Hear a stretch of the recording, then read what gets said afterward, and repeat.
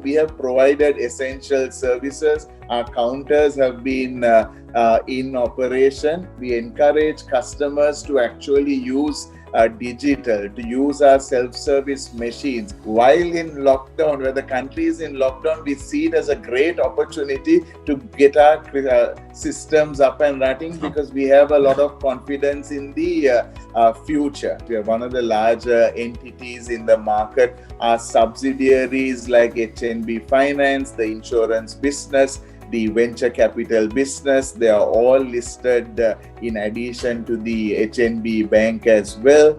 And the combination of being listed and the rating helps our borrowing cost.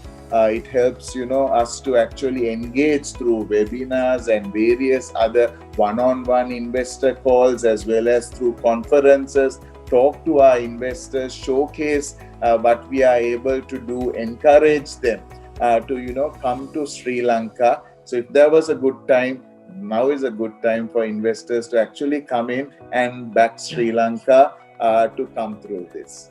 Welcome to another edition of Stock Pulse. This is an online discussion series organized by the Colombo Stock Exchange, where we feature the leadership of our leading listed companies of the CSE. The recorded footage will be published on the CSE show's social media pages and other CSE digital channels. Today, we have with us the Managing Director of HNB PLC, Mr. Jonathan Ullas, who of course needs no introduction.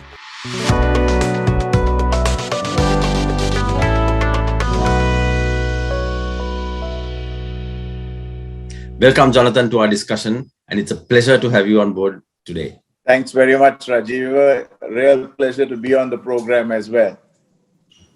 Fine.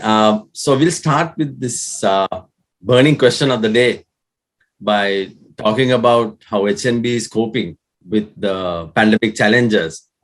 Can you, Jonathan, share with us what tools and initiatives that HNB has introduced since last year's COVID outbreak, and what changes are you seeing, if any, in the normal operations due to these initiatives and the tools, etc., that you're using?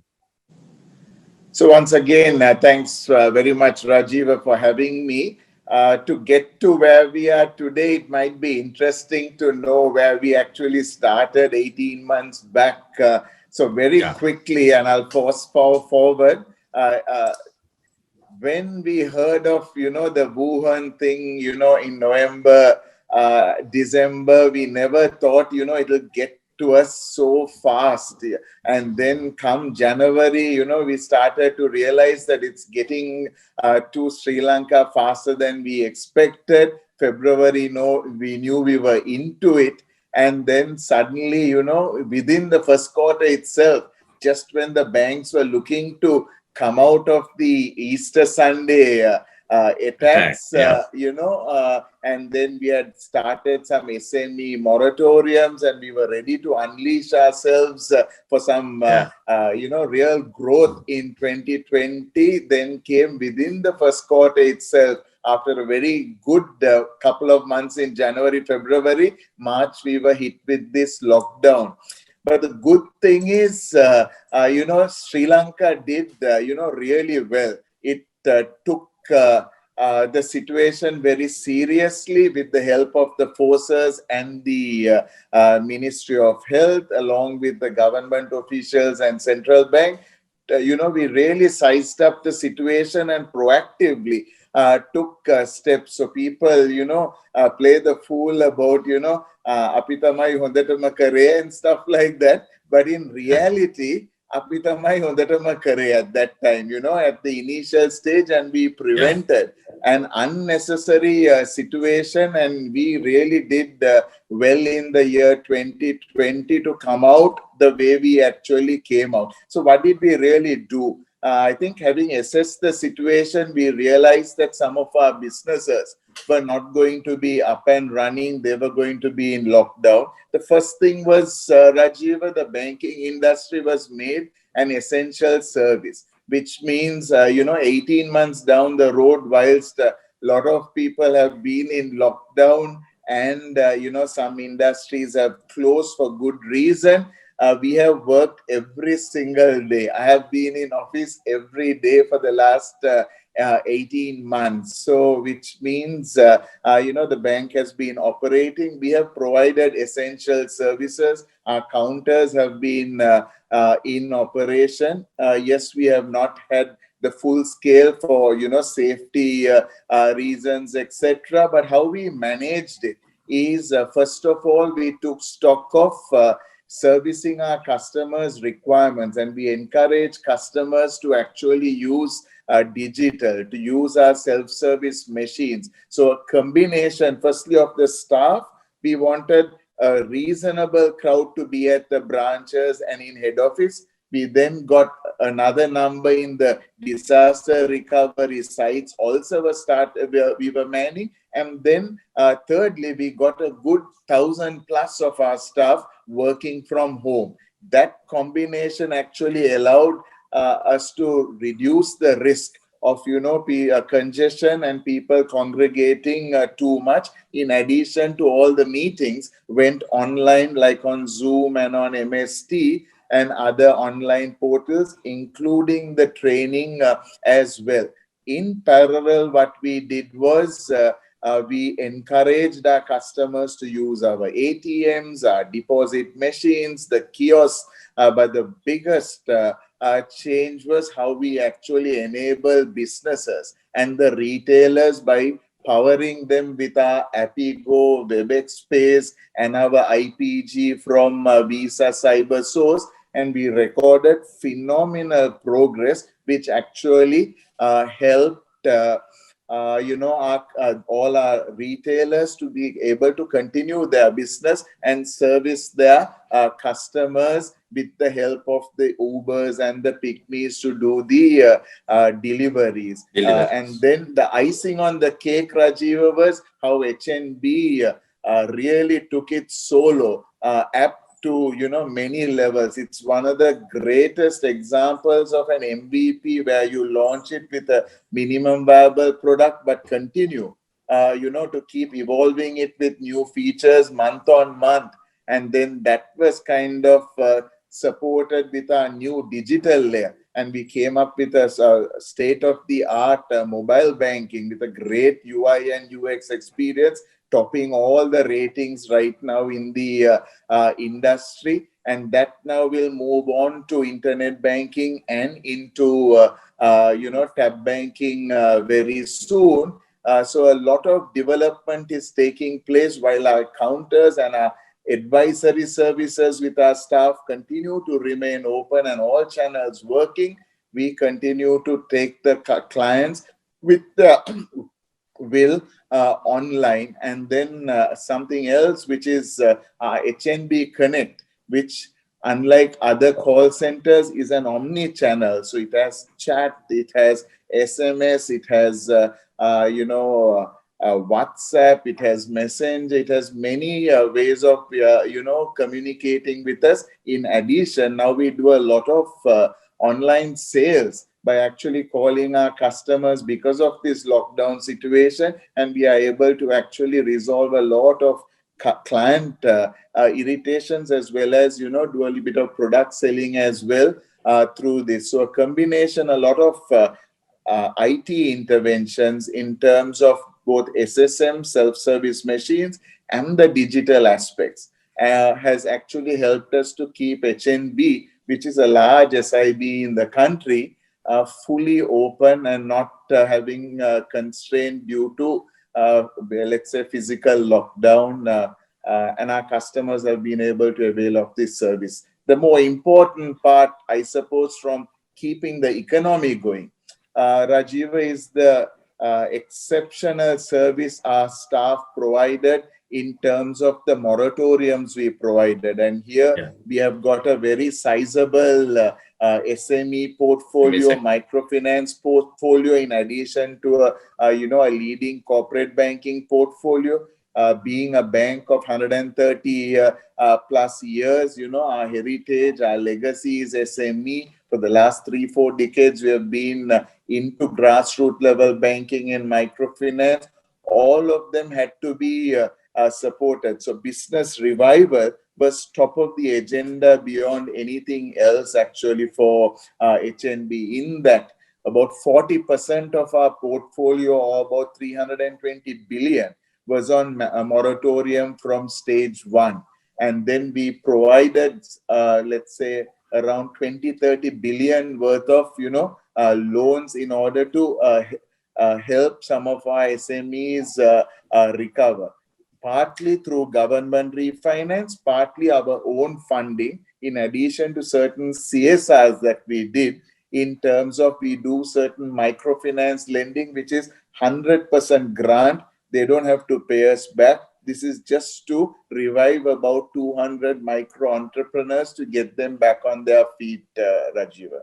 Yeah, so Jonathan, that's very insightful, and I'm sure these will only inspire confidence, not only customers, but I think your shareholders as well, to see how a bank like HNB, which has a very long history and considered traditional, has evolved very quickly to be on top of offering cutting edge technology. And also the very fact that you mentioned that you as the managing director was in office every day, I think is an endorsement of the kind of safety standards that you maintain at the bank, and that again goes to strengthen the kind of effort that you have made. Interestingly, you spoke about a heap of digital innovation from the bank side. I mean, it's gratifying to hear the level of change that has happened through digital means. Jonathan, now these tools, the digitization, that how has the customer base, I mean, customers are varied. You get the young, not so young, all of them. How have they embraced this online technology, and what are the kind of challenges that you face or the bank faced in promoting and trying to encourage to try to engage the customers to make that conversion to virtual banking? Just to reconfirm your initial comment, which is for a big bank like us, brick and mortar, 250 branches, legacy bank, the way we have moved into new systems, amidst the pandemic, we rolled out the 10.25 Finacle upgrade. We are now doing the loan origination system. We are working on a payment and cash management solution. We are looking at a card upgrade. This is not only digital, this is our core systems. While in lockdown, where the country is in lockdown, we see it as a great opportunity to get our systems up and running, because we have a lot of confidence in the future. And that's the enabling technology that is provided. On top of that, we saw the need, whilst customers did like to come and talk to our friendly staff at the counters, etc. Normally, not only in developing countries, but even in developed countries, there's a lot of hype about digital. But it's not as if, the take-up is as much. So there's a lot of lag time, and there's a cost involved in it. But, as in everything, whilst COVID was just this monstrous black cloud which engulfed the whole world, there are silver linings. I mean, there are many silver linings. It got us close to our families. We started to, realize who your real friends were. You started connecting with the right people. You started looking at your business differently in a more sustainable manner. You started to think of, things that can go wrong, which you were not looking at before. Not just the COVID part. You're looking at weather, inclement weather. You're looking at the environment now amidst various other aspects. This is all to make the business more sustainable and better. So to answer your latter part of your question, which is how did the customers take, in a way this helped because customers didn't have much of a choice either. So while you're normally open 9 to 3, then you started opening, let's say 9 to 1. Now today we have started a lockdown. In some places we are open, let's say 9 to 1. In some places we are actually not open, and we might be open like every other day. So clients have got to manage that. So young, old alike will need to kind of adapt at this particular stage. to use some form of digital. So the SSMs, like I said, the self-service ATMs, deposit machines, the bill payments, all that is enabled. But an even better solution is for you to be able to log in from your home itself, which is to basically get into internet banking. Superb mobile banking platforms are all in place. Then the solo wallets to enable your transaction. Thousands of merchants have been onboarded, and relevant merchants who are in business whom you need for your day to day actually. Yes. So then the clients find it, useful, because their day to day, we are in their client journey, and it's not as if we are doing something disconnected and their requirement is something else. We know what they want to spend. They need to pay their bills. They need to buy their groceries. They need to get their, food and beverage and various other aspects. And we are right there where it matters to enable those payments without them having to leave their house. And now with central bank also intensifying their digital efforts, the banking industry is on a roll to fast track digital by looking at electronic onboarding, electronic KYC. All these will augur for a more automated and convenient banking going forward. And maybe COVID, we come out of it 2 months, 3 months, 1 year, 2 years down the road, but digital is here to stay. Online banking is here to stay, and it's good for everyone. And Jonathan, you mentioned another interesting fact about online shopping. And I think particularly banks like yours, you are incentivizing online shopping with discounts and card offers. Are you seeing this being broad-based and impacting on the way online shopping will grow with the help of banking industry? I mean, has it added value to the entire payment mechanisms? And do you see this online shopping being supported by the banking industry to really grow to a different level than what we are seeing today? Big time, Rajiv, big time. I see all banks getting together and enabling this, not just the big supermarkets, not the malls, not the high-end, shops within the malls only. All that will happen, but what Solo has enabled with the QR introduction, etc., costs have come down drastically. You don't have to spend too much on those expensive POS machines. The Momos are much cheaper.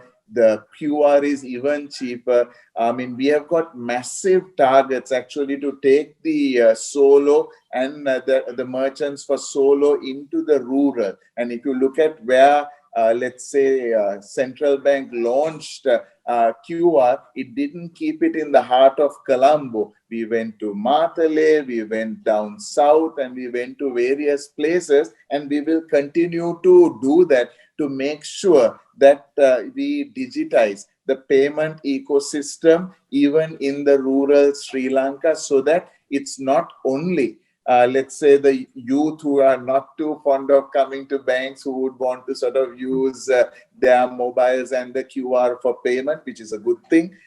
Even the elderly are actually using in the heart of Colombo. Restaurants and all of them are using it. But for us, what is critical for a bank like us, which actually prides itself to be in the MSME, that's the SME and the microfinance segment, that we are able to automate their payments. And we will take it even further and enable their businesses, because the people who are most affected by this COVID and through lockdowns is that business. And so when you talk of ecosystems and enabling supply chains and, getting buyers and sellers to meet, we must not ignore our grassroots level businesses and our SME businesses, because somehow our corporates have evolved themselves, have developed themselves enough to manage this situation. We have got to, as bankers, we have a responsibility to make sure that we enable the rest of Sri Lanka, so that even in situations where there is physical lockdown,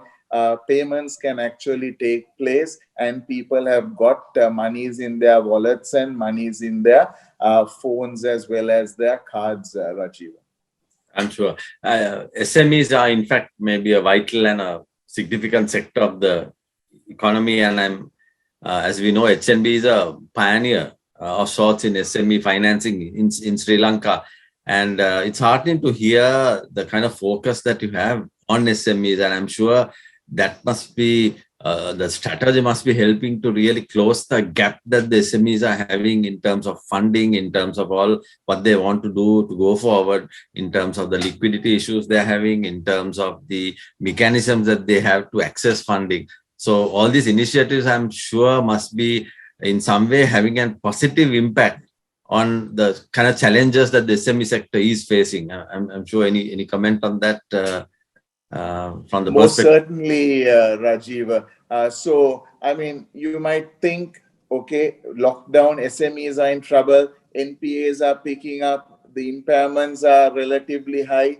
But, can a bank like HNB turn a blind eye and look elsewhere? This is our, bread and butter. This is our core. And this is why we have opened 250 branches and more than 200 of them in the outside, let's say, the western province, in order to do that business and enable that business. So as I said, business revival and supporting SMEs is a major thrust, and we know someday when they get back on their feet and they start to actually do well, they will not forget the assistance, the patience we had with them on their moratoriums for the last 2 years.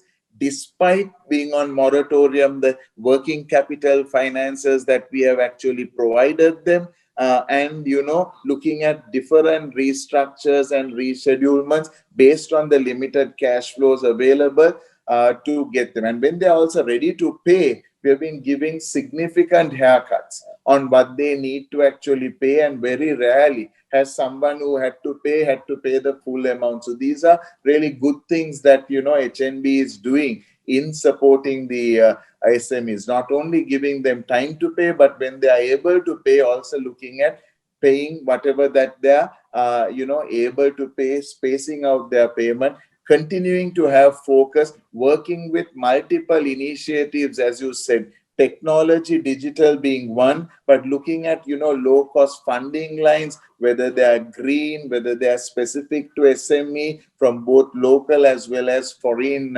partners of ours who have worked with us for the last 5-10 years. This is the time that they need to come in if they really want to play a truly meaningful, sustainable, developmental role with Sri Lanka and with Sri Lankan banks and with Sri Lankan society. Here is a great opportunity for investors overseas to come in, not just looking only at the bottom line, because they all believe in triple bottom line. So it's not profit.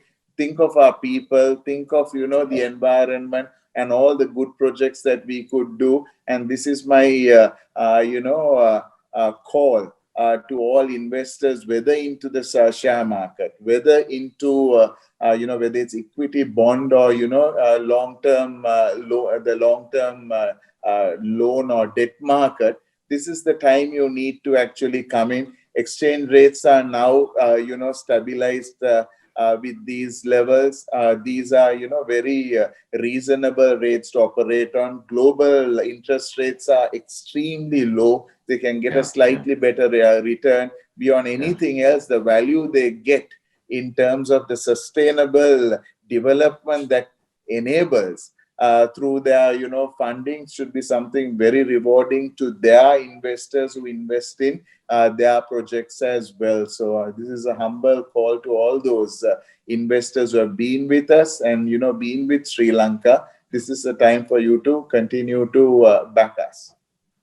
Great, and probably, Jonathan, good time to dive a little deep into capital markets as well. HNB, as we all know, is one of the largest listed companies, and I think listed over 50 years ago in the CSE. Can you share a little bit more about your experience as a listed company and how public markets can really help companies to accelerate growth? So, like you correctly said, we are over 5 decades in the, we are listed for more than 5 years. We are one of the larger entities in the market. Our subsidiaries like HNB Finance, the insurance business, the venture capital business, they are all listed in addition to the HNB Bank as well. So they have been listed for a while, and they're enjoying the status of being a listed finance or insurance company. They're doing well as well. The importance for us is firstly for a important SIB in the country and a big LCB. It really allows us to display very transparently to everyone in Sri Lanka and out there in the world the governance, the risk management principles, the compliance that we adhere, for which we win accolades every year, both locally and overseas. It helps us to raise the bar continuously. When standards are improved, whether it's ICAP, whether it's IFRS, whether it's new IRM, integrated risk management, we like to be there out early and at the highest level in order to set be the beacon, to set the benchmark for everybody without any compromise.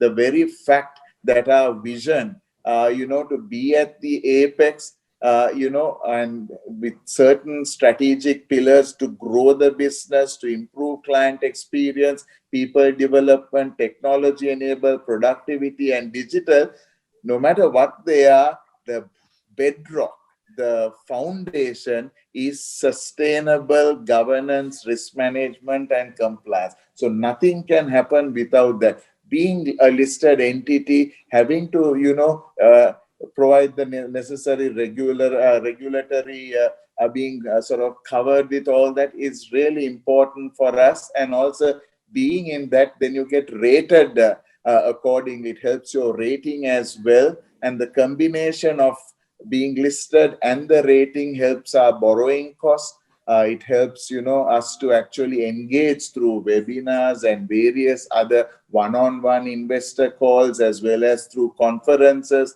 talk to our investors, showcase what we are able to do, encourage them to come to Sri Lanka and play a catalytic role in Sri Lanka's transformative journey, not just to only look at how they can help HNB, but for HNB then to be that catalyst for encouraging other investors also to invest in Sri Lanka and in other corporates, in addition to investing in Sri Lanka. So we like that position that we maintain, and we will continue to enhance that position of HNBs to be that credible entity, which is an attraction to all investors, both local and overseas.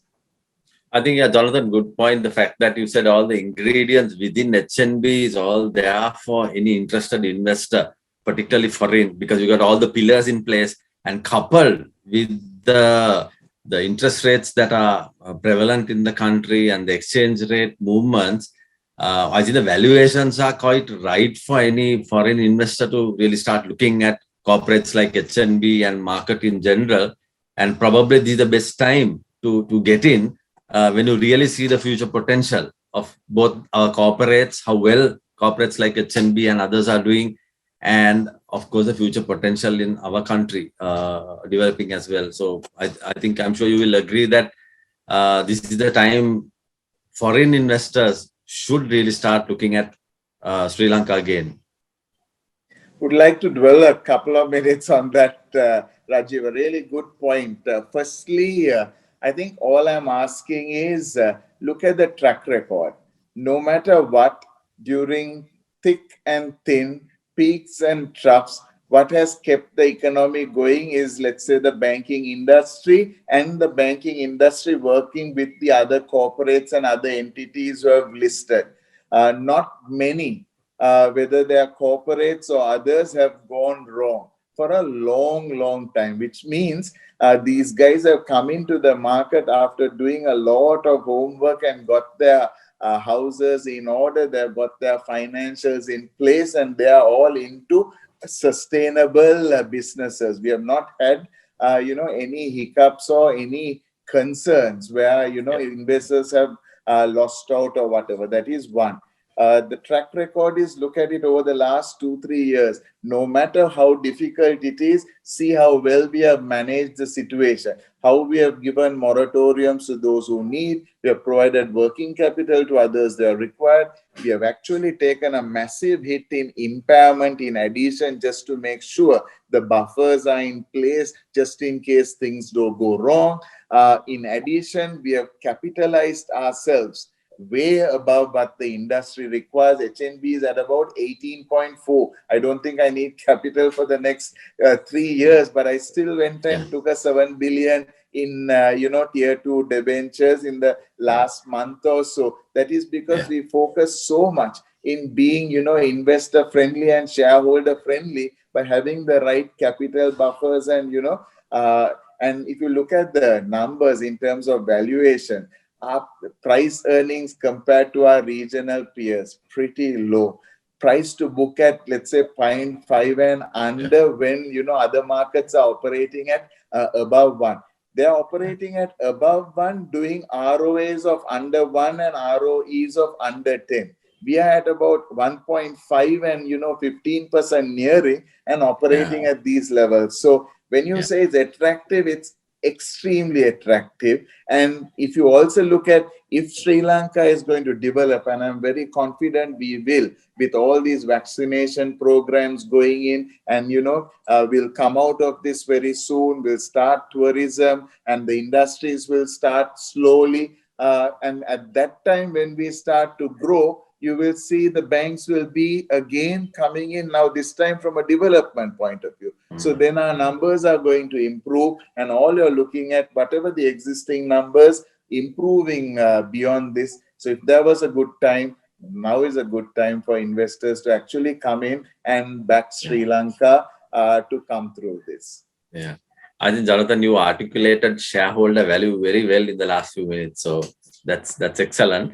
And any final message to your stakeholders and shareholders, customers? Just to reiterate, this is the time, we are doing our utmost. We will not compromise on doing what is right by our country, by our customers, by our shareholders, all stakeholders, in particular our staff as well. We are looking after them during these very difficult times. They are actually supporting us big time as well. We couldn't have done any of it without the support that we get from them. The risks that they have been taking over the last 18 months must be appreciated. But my comment to all our stakeholders in the industry and stakeholders of Sri Lanka, this is the time for you to back Sri Lanka. Don't hesitate. You will reap the benefits both in finance as well as non-finance for your own good. It will be good for the whole world when Sri Lanka comes out of it. So come to Sri Lanka is what I would say in my closing comments. Thank you, Jonathan. On that positive note, we'll end our discussion today. Thank you very much for joining us on Stock Pulse.